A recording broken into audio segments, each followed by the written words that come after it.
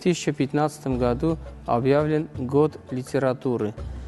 И мы, наша семья, Акопян Карен Грантович, жена Акопян Рузанна Жориковна и Арен, старший Арен, младший Грант. И мы присоединяемся к этой акции. Сегодня Международный день семьи, и мы хотим всем поздравить. Желаем счастья, удачи, здоровья.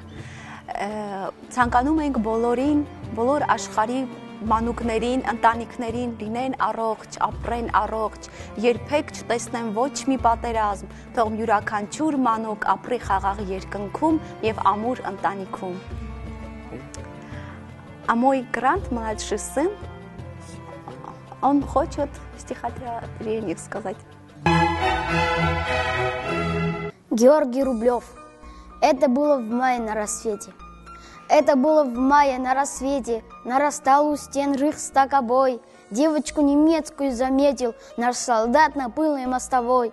У столба дрожа она стояла, в голубых глазах застыл испуг, а куски свистящего металла смерть и муку сеяли вокруг. Тогда в Берлине под обстрелом полз боец и телом заслоняя девочку в коротком платье белом осторожно вынес из огня. Скольким детям возвратили детство, подарили радость и весну. Рядовые армии советской, люди, победившие войну. И тогда в Берлине праздничную дату был воздвигнут в веках памятник советскому солдату, девочку, спасенной на руках.